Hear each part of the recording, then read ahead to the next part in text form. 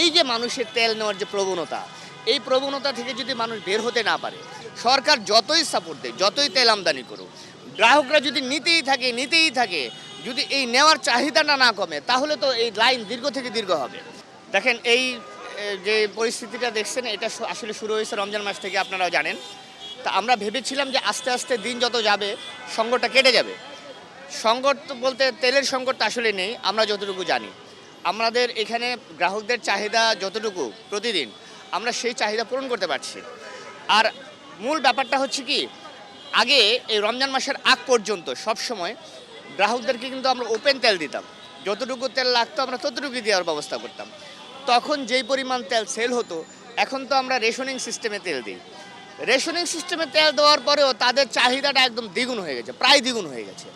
এই যে মানুষের তেল নেওয়ার যে প্রবণতা, এই প্রবণতা থেকে যদি মানুষ বের হতে না পারে, তাহলে এই সংকটটা দূর করা সম্ভব না।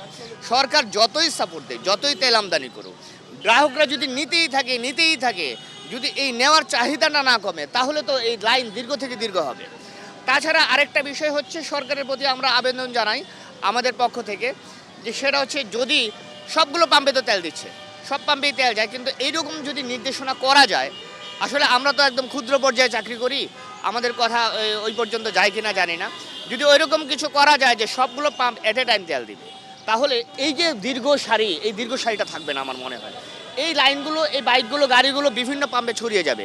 যখন তেল নিয়ে বের হয়ে যাবে, তখন রাস্তার মধ্যে আর দাঁড়িয়ে থাকতে দেখা যাবে না। এই যে ঘন্টার পর ঘন্টা দাঁড়িয়ে থাকে, আমাদের অনেক কষ্ট লাগে। এই কষ্ট লাগার পর শেষ পর্যন্ত দেখা যায় একটা লোক দুপুরবেলা দাঁড়িয়েছে অথবা বিকেলবেলা দাঁড়িয়েছে, সন্ধ্যা 7টার সময় আমরা পাম্প বন্ধ করে দিচ্ছি। গেটের কাছাকাছি আসলে আমরা পাম্প বন্ধ করে দিচ্ছি, সে তো তেল পাচ্ছে না। তাহলে এই ধরনের এই যে ক্ষোভ তৈরি হচ্ছে, এই ধরনের সংকট তৈরি হচ্ছে, এটা আসলে আমি বলবো যে এটা আসলে আমাদের মানুষের তৈরি সংকট। শুধুমাত্র প্যানিক হয়ে মানুষের এই অতিরিক্ত তেল নেওয়ার প্রবণতা থেকে এই সংকটের ক্রাইসিসটা তৈরি হতে যাচ্ছে। আপনি একটু পরামর্শ দিবেন। আমাদের পরামর্শ তো দিলামই।